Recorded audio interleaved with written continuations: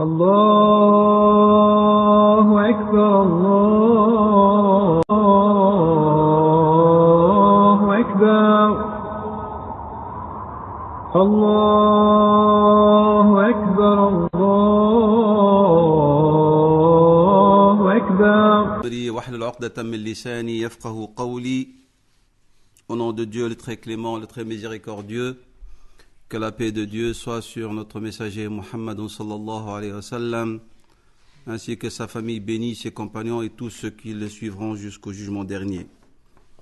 Je vous salue par le salut de l'islam, qui est la paix. Assalamu alaikum wa rahmatullahi wa barakatuh. Et je crois que mon intervention ce soir va s'intituler paix. Simplement, avant d'aborder cette question avec les arguments juridiques quant à la présence du musulman, on va commencer à utiliser des termes purement techniques maintenant de la religion en termes de non-islam. On va dire clairement, comme l'on entend dans certains ouvrages, Dar al-Kufr, les terres des mécréants. Puisqu'il faut commencer à parler comme ça, parce que c'est le discours qu'on entend. Et donc, est-ce que ce musulman peut-il se considérer c'est lui, ou est-ce que pour de bon c'est un étranger qui doit émigrer, dont la présence est interdite même, selon certains dires? Donc c'est une question en vérité un débat qui est sur le terrain. Vous entendez ça dans les masses médias, dans les différents courants, positions qui peuvent aller de l'extrémisme jusqu'au laxisme, le plus absolu. Mais avant d'aborder cette question, comme j'ai dit, divergente en vérité, j'aimerais bien, pour que on soit tolérant vis-à-vis de mon discours, qui forcément ne peut pas, tout le monde ne peut pas éventuellement s'accorder sur son contenu. Chacun peut aborder ce sujet avec des arguments différents ou avec une lecture différente, en vérité, des textes. Mais il est un principe fondamental en islam, c'est de respecter l'opinion de l'autre lorsqu'elle est confirmée par des textes ou par des avis juridiques plausibles. Si la question est une question d'irtilaf, et cet irtilaf, cette divergence est justifiée, motivée, eh ben, le principe en islam, c'est d'avoir le respect de l'autre et de son opinion. Et il n'existe pas dans notre religion ce qu'on appelle la règle de la censure et de la vie unilatérale, que lorsqu'il s'agit des fondements, des dogmes, ça c'est une autre question. Donc je vais vous raconter une petite anecdote, en vérité un petit texte que j'ai pris des mémoires de Cheikh al-Qaradawi. Vous savez, il a écrit ses mémoires, et dans ses mémoires il relate un événement important, c'est-à-dire une discussion ou une controverse, petite controverse, divergence entre lui et Cheikh bin Baz rahimahullah.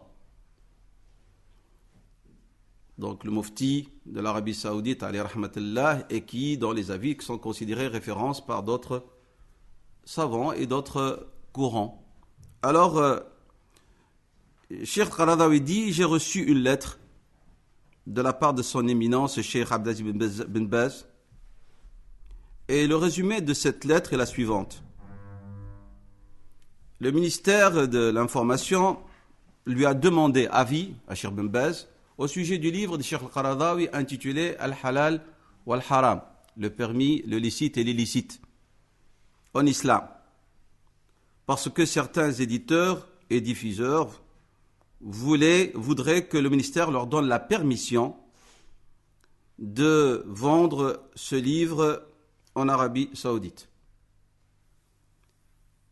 Alors il dit, Cheikh Qaradawi, Cheikh bin Baz m'a interpellé avec beaucoup de respect digne d'un grand savant, et avec beaucoup de douceur, la douceur d'un da'i, d'un prédicateur clairvoyant, qu'il aimerait bien que ce livre soit utile aux musulmans parce qu'il a constaté qu'il avait bon style, facilité, vulgarisation des informations, mais qu'il en veut au Cheikh al-Qaradawi pour la voie qu'il a choisie, c'est celle de la facilité.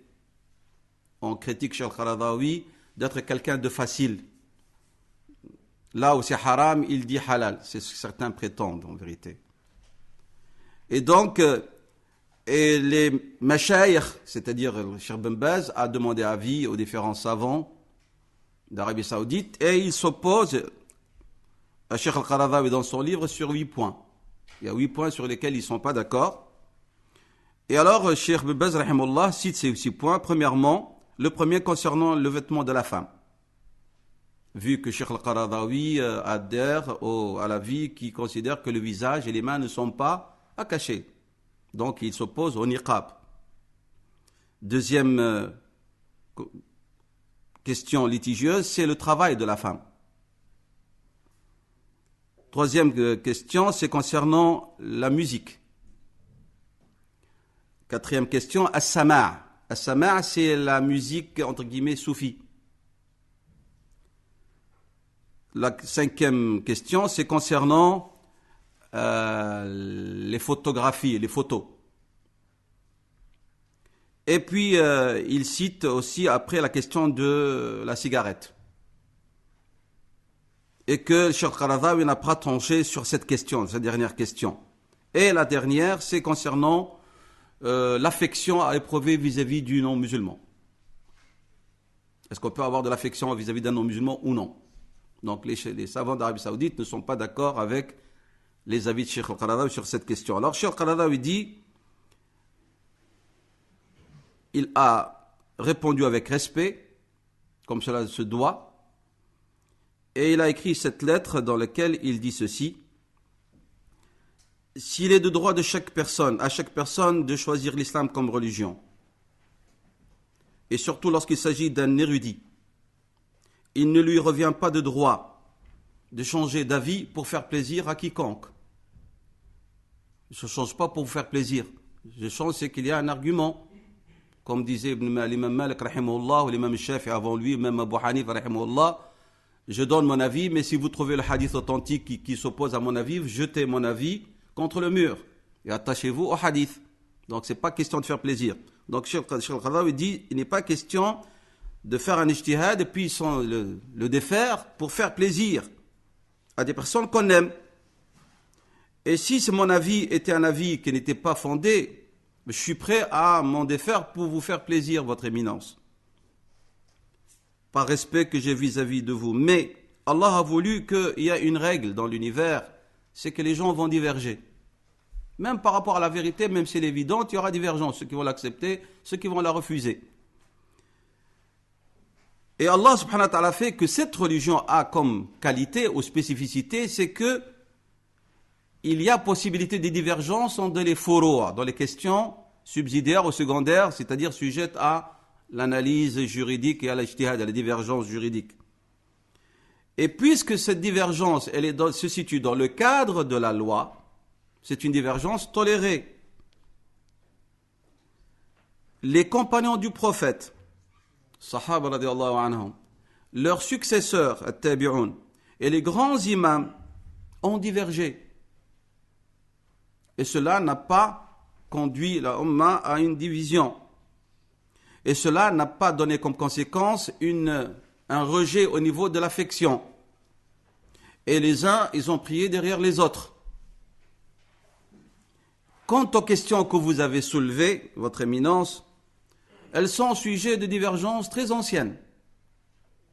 Il parle ici de la question de la musique, la question de l'image. Est-ce que le hadith qui parle de musawwirun veut dire sculpteur ou est-ce qu'il veut dire photo? C'est depuis longtemps ces divergences. La question du vêtement de la femme et les limites, c'est pas nouveau, c'est très ancien. Donc il dit ce sont des questions, des sujets de divergence. Et les savants ont apporté les arguments pour justifier leur avis. Et vous n'avez qu'à lire le livre de Cheikh al-Islam ibn Taymiyyah. Il rappelle le livre de Cheikh ibn Taymiyyah qui s'intitule Raf' al-Malam an al-A'immat al-A'lam.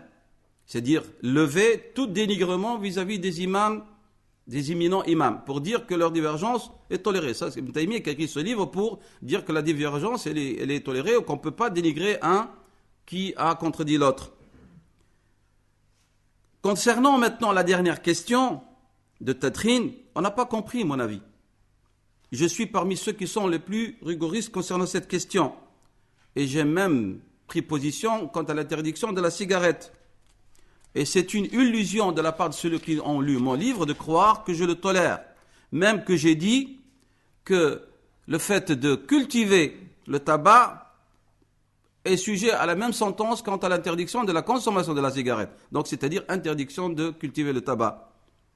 Parce que Dieu, lorsqu'il interdit de consommer quelque chose, on interdit aussi son origine. Mais on a ceux qui ont considéré que c'est une répréhension quant à sa culture. Quant à la question de l'amitié avec le non-musulman, moi, je ne dis pas qu'on peut donner son amitié à celui qui déclare sa haine et son rejet et qui dit qu'il a du mépris. Là, je m'abstiens et je me tiens au verset du Coran de la sourate, la discussion, le verset 22, où Dieu dit, subhanahu wa ta'ala, tu ne trouveras pas des gens qui croient en Dieu au jugement dernier, prendre pour amis ceux qui se déclarent l'ennemi de Dieu et de son messager. Après ça, il dit, l'islam a permis aux musulmans d'épouser une non-musulmane, des gens du livre, comme cela a été cité dans la sourate 5, verset 5. Alors il dit, je pose la question, si un musulman épouse une femme chrétienne ou juive, il doit éprouver aucun sentiment vis-à-vis d'elle ou quoi? C'est ce qu'il dit.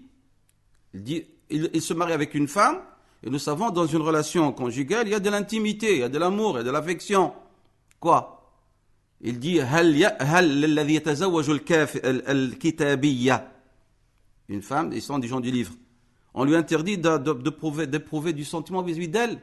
Et celui qui est devenu musulman, converti, on lui interdit d'avoir de l'affection envers sa grand-mère et son grand-père, son oncle et sa tante, et ses nièces et neveux, alors que l'islam a incité à préserver les liens de parenté, même avec les parents non musulmans. Et les parents ont priorité quant à notre affection.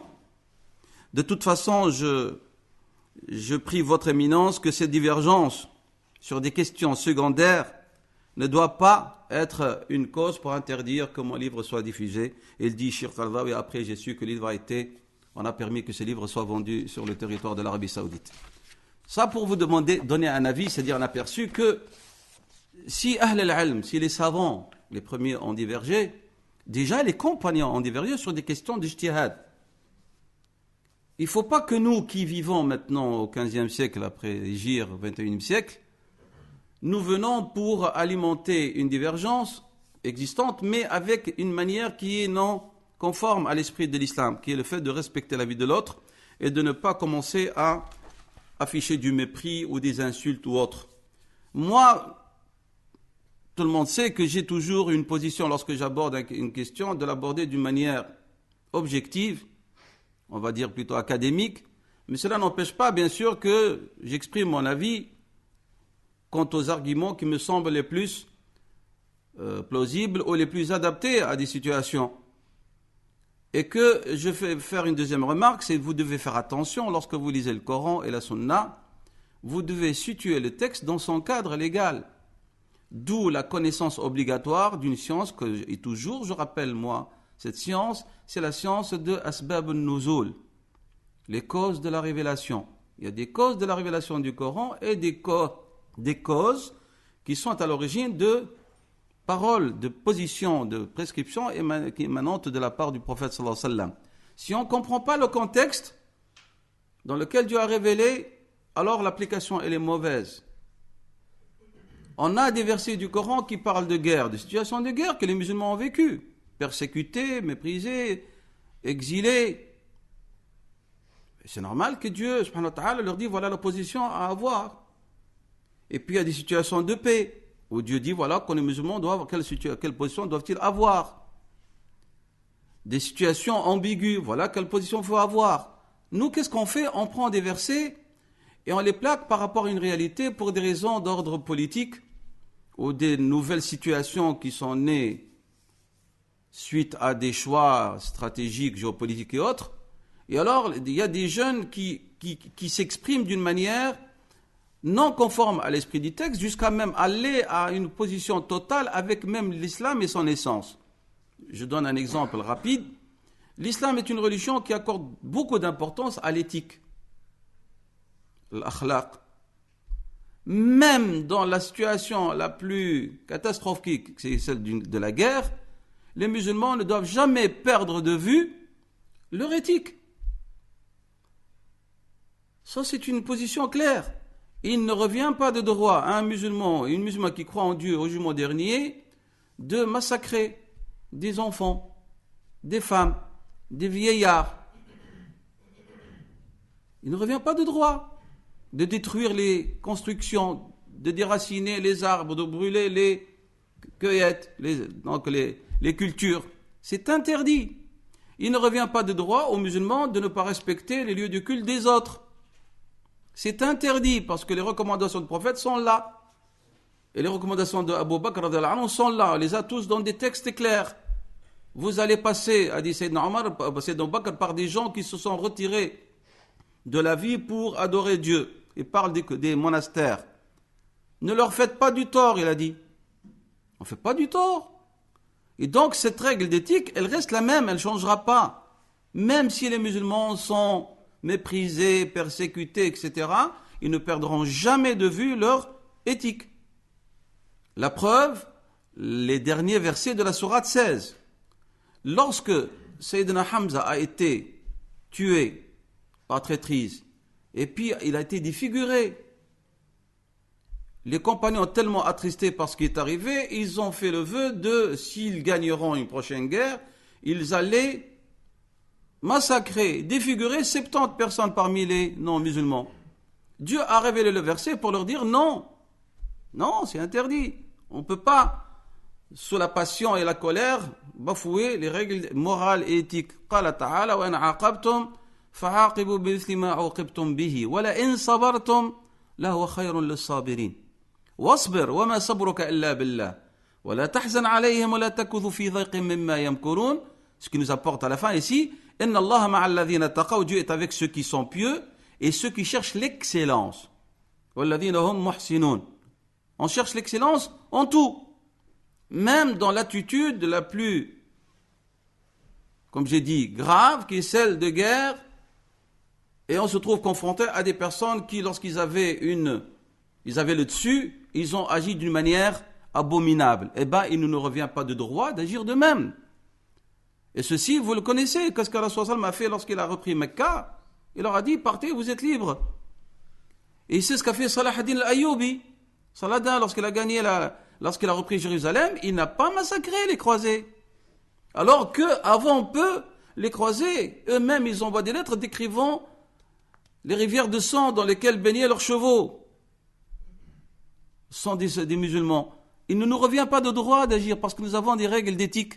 Et ces règles doivent être omniprésentes en toute situation. L'islam n'accepte pas des positions passionnelles.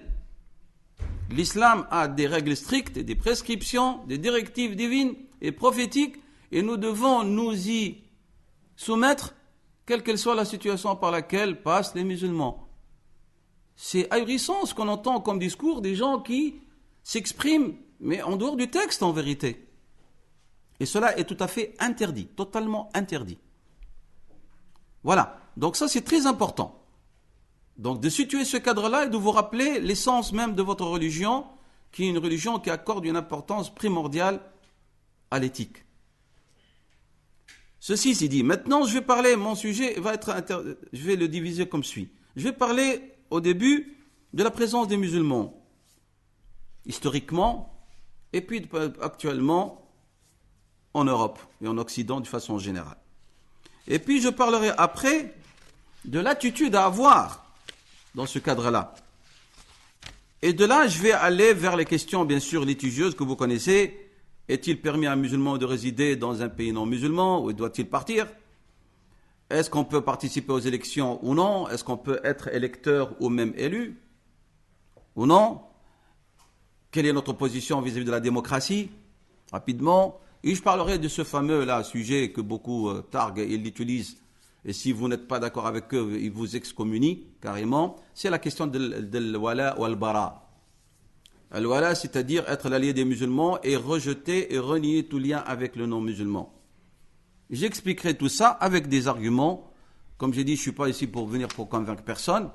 Je viens ici pour exposer le sujet tel que moi je l'ai compris. Surtout pour nous, musulmans, vivant comme citoyens en Europe, nous sommes, d'un côté, on est en train de réclamer le droit à la citoyenneté, à des droits, Et puis après, on vient dire non, nous, on ne vous reconnaît pas, nous ne sommes pas citoyens. Il y a un discours qui est contradictoire et qui montre qu'il n'y a pas de la maturité ni de la réflexion.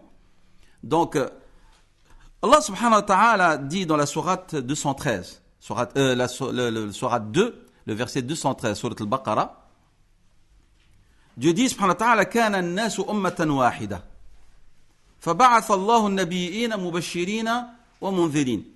Les gens formaient à l'origine une seule communauté. Puis, après leur divergence, Allah envoyait des prophètes comme annonciateurs et avertisseurs. Le verset continue après et Dieu dit, et fit descendre avec eux le livre contenant la vérité. Ça c'est pour que vous compreniez, nous croyons que les hommes formaient une seule entité. Le genre humain, an-nas. Et lorsqu'on dit le genre, c'est qu'il y a égalité. Nous les musulmans, nous nous opposons à toute forme de racisme, nous sommes d'accord. On s'oppose à toute forme de racisme. Nous ne croyons pas qu'il y a des races humaines, on croit qu'il y a des ethnies, des groupes humains, mais le genre, il est unique. Même origine. Quelles que soient les couleurs, les langues, les ethnies, nous sommes issus d'une même origine avec tout ce qui s'ensuit au niveau de l'adaptation au milieu et autres. Et la présence des musulmans en Occident, en dehors de ce qu'on appelle des terres d'islam, est un mouvement très ancien. Haraka, c'est un mouvement. L'homme, il bouge. Le musulman, il bouge et le non-musulman, il bouge. Donc c'est un mouvement tout à fait normal. Et elle a commencé avec le début de la propagation de l'islam, ce qu'on appelle les ouvertures. Moi, j'aime pas le mot conquête. Même le terme arabe, je ne lui trouve pas de traduction personnellement. Là, le terme arabe, c'est al-futuhat. Fataha, c'est fathun, c'est une ouverture des cœurs vers la lumière de Dieu, subhanahu wa ta'ala, et l'ouverture des territoires pour libérer du joug des tyrannies et de l'ignorance qui étaient à l'époque. C'est pour ça que ça s'appelle Fath, Futuh. Dieu subhanahu wa ta'ala a même intitulé une sourate entière qui s'appelle Sourate al-Fath. Donc c'est une ouverture. Et donc depuis ces ouvertures de l'islam et la propagation de l'islam par la da'wa à Dieu, eh ben beaucoup de musulmans vont se trouver par la force des choses, par le mouvement, dans des lieux où ils ne sont pas forcément une majorité. Et le premier mouvement que vous connaissez, c'est le mouvement des compagnons de la sallallahu alayhi wa sallam qu'il a envoyé à 2 reprises, ils sont partis à 2 reprises en Éthiopie, en Abyssinie. L'émigration vers l'Abyssinie, la première et la deuxième, et même c'est Allah sallallahu alayhi wa sallam qui a demandé aux fidèles de partir. Une minorité musulmane dans un cadre non musulman, chrétien. Pourquoi est-ce qu'il les a envoyés, sallallahu alayhi wa sallam? Il leur a dit parce qu'il y a un roi juste. C'est-à-dire l'islam reconnaît que en dehors du cadre musulman, il y a des gens qui aspirent et qui aiment la justice et qui partagent ces valeurs. Qui partagent avec nous le respect de l'autre, de l'homme, de l'humain, de sa croyance. Sinon, Allah ne l'aurait jamais envoyé chez Négus. C'est une minorité dans un cadre majoritairement non musulman, c'est-à-dire c'est des chrétiens. Donc il y a un mouvement. Donc ça c'est le premier. Et la présence des musulmans dans ces lieux, depuis le début, était une présence active. Est-ce que vous savez que l'Abyssinie, par le mouvement de l'histoire, qu'on appelle l'Éthiopie actuellement, est à 60% musulmane? Et les musulmans qui sont allés au début, ils étaient 60 et quelques. Ils ont respecté la majorité, mais ils ont annoncé ce qu'ils ont comme vérité, utile à l'homme. C'est pas dans le sens et l'idée de d'endoctriner, hein. J'aimerais bien que l'on comprenne, parce qu'il y a des gens, ils font la da'wa, la prédication, et ils aiment les gens se convertir comme s'ils allaient gagner des galons. Mais non, je parle de ceux qui ont bien compris le message de l'islam. Nous croyons que lorsqu'on appelle quelqu'un à Dieu et à son prophète, c'est parce qu'on l'aime. Et parce qu'on considère que dans ce message de Dieu, il va trouver ce dont il a besoin, ce dont il aspire, conformément à sa nature, le fitra. Et c'est pour ça que j'ai dit ici même, je crois encore c'est l'année dernière, celle d'avant, j'ai dit, ad-da'wa ila Allah, lorsque vous appelez les gens à Dieu, c'est que parce que vous les aimez.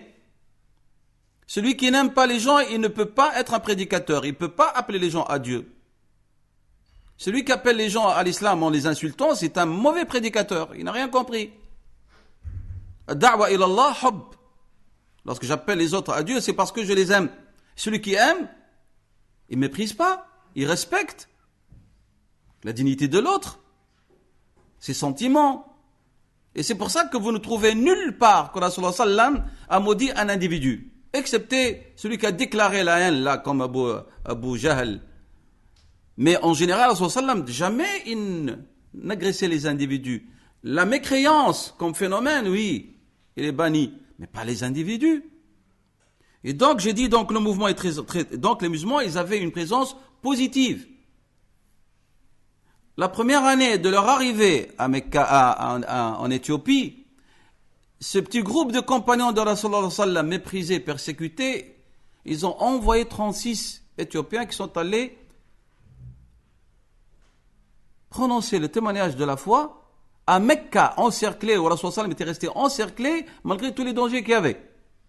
C'est-à-dire, ce sont des Éthiopiens, des Abyssins, qui sont devenus musulmans, ils sont allés à Mecca avec tous les risques pour dire Ashhadu an la ilaha illallah, ashhadu anna Muhammadan Rasulullah. Pourquoi est-ce que cette présence est positive? Mais comme j'ai dit, parce que nous considérons que l'islam ne nous appartient pas.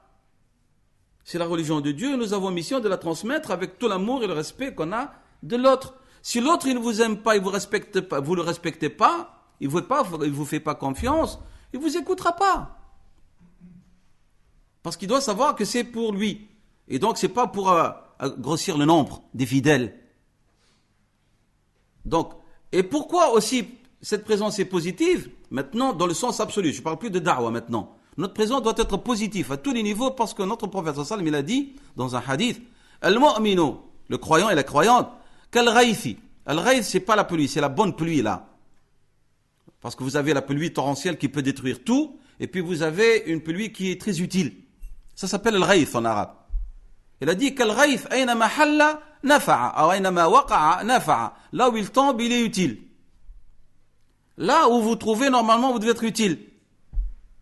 C'est ça le principe de l'islam.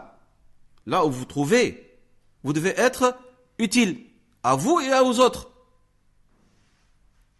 L'islam n'est pas une religion d'un groupe, les Arabes, les Africains.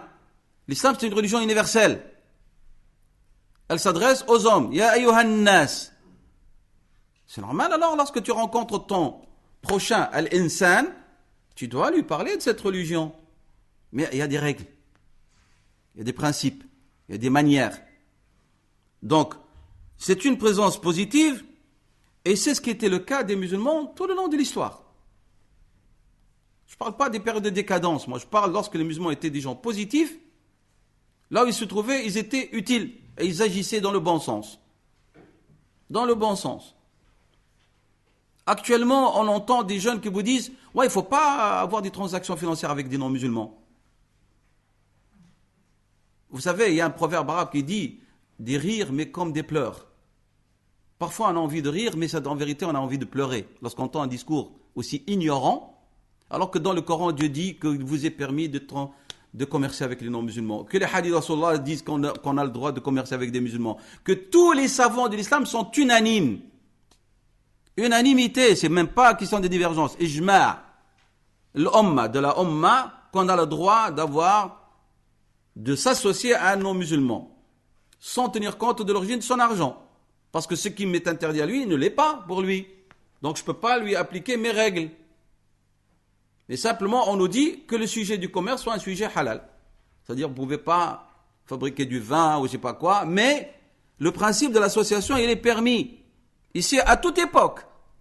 Et actuellement, on entend des gens, même plus que ça, ils disent qu'il ne faut pas commercer avec un musulman qui n'a pas de barbe. Oui, on est allé encore pire. Hein, moi, j'ai entendu ce discours personnellement. Hein. Celui qui n'a pas de barbe, moi, je ne traite pas avec. La hawla wa la quwwata illa billah. C'est la barbe signe de la ilaha illallah Muhammad Rasulullah. Je ne suis pas en train de dénigrer la barbe ni de minimiser sa valeur. Mais est-ce que c'est le fondement de l'entrée en islam? Qu'est-ce qui fait rentrer l'individu en islam?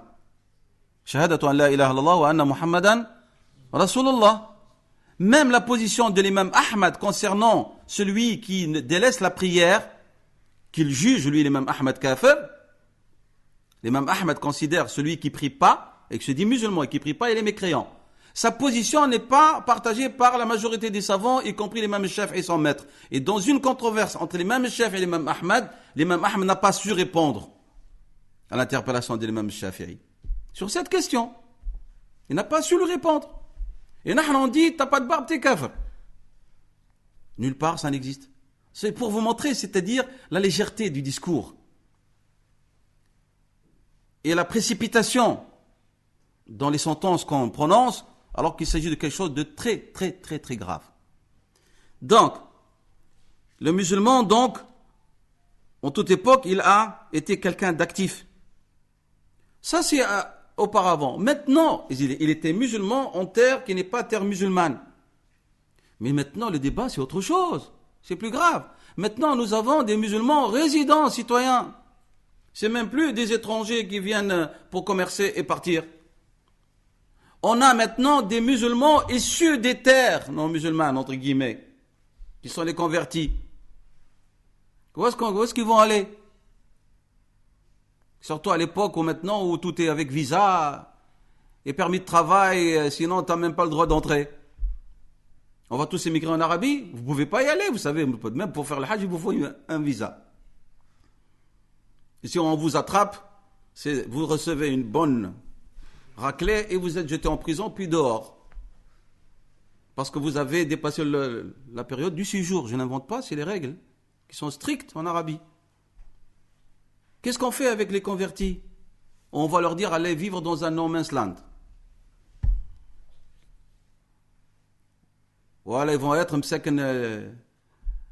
quelques bidounes. Vous savez qui sont les bidounes?